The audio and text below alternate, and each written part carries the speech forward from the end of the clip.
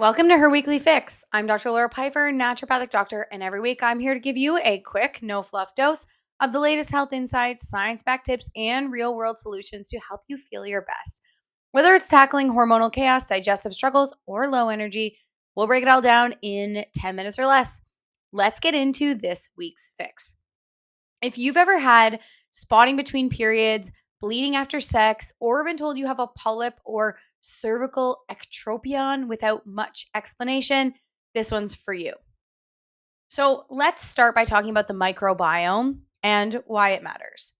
Many symptoms like spotting, discharge, or recurrent inflammation are actually linked to low grade inflammation and often driven by imbalances in the vagina or uterine microbiome. So, no, this is not just about yeast infections or STIs. There are other bacteria like Gardnerella or Fusobacterium that can take over when protective species like Lactobacillus are depleted. These shifts in the microbiome can silently fuel inflammation in the uterus or the cervix and contribute to symptoms that don't show up on your standard labs and assessments. In fact, most women with endometrial polyps also have signs of chronic endometritis, a subtle, ongoing inflammation in the uterine lining that often goes undiagnosed. So, first of all, what the heck is cervical ectropion? This is a term that gets thrown around without much explanation, so let's break it down. Your cervix, the lower part of your uterus, has two types of cells. Number one is squamous cells on the outside. These are tougher and protective, and they have columnar cells, which are on the inside. They're softer and they're more delicate.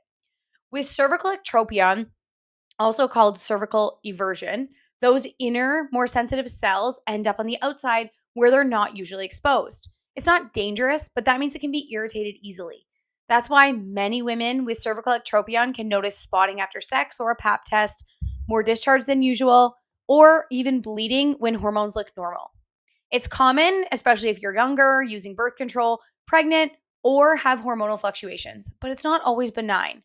If those inner cells are exposed and your microbiome is off balance, this can create an environment for chronic inflammation to persist. So, this is one of the most frustrating parts. You go through imaging, pap smears, maybe even polyp removal, but your symptoms keep coming back even when your tests are normal.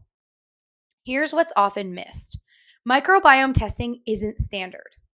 Chronic endometritis isn't always visible on ultrasound, and cervical inflammation is often brushed off if your pap is normal. But newer research is showing that treating the underlying imbalance with targeted antibiotics followed by probiotic support, especially strains that restore that lactobacillus, can reduce inflammation and prevent polyps or cervicitis from coming back. So, what can you do? Here are a few things to bring up with your provider if you are navigating these symptoms. Ask about testing for chronic endometritis, especially if you've had spotting, a polyp, or inflammation that keeps returning. If you're postmenopausal and dealing with vaginal dryness or inflammation, ask whether local vaginal estrogen might help restore a healthier microbiome in your vagina and get rid of those symptoms. And for recurring issues, see if combining a short course of targeted antibiotics or herbal antimicrobials with vaginal or oral probiotics is appropriate for you. This combo is getting more support in current research, but it's not yet a go-to in most clinics. Your body doesn't randomly bleed. Spotting and inflammation are often signals that something deeper, like a disrupted microbiome, is at play. And when you understand why it's happening, you can finally stop chasing symptoms. If this episode hit home for you, send me a message. I'd love to hear your experience or answer any questions you still have. You deserve care that connects the dots, not just looks at your symptoms. Until next time, stay empowered and stay curious.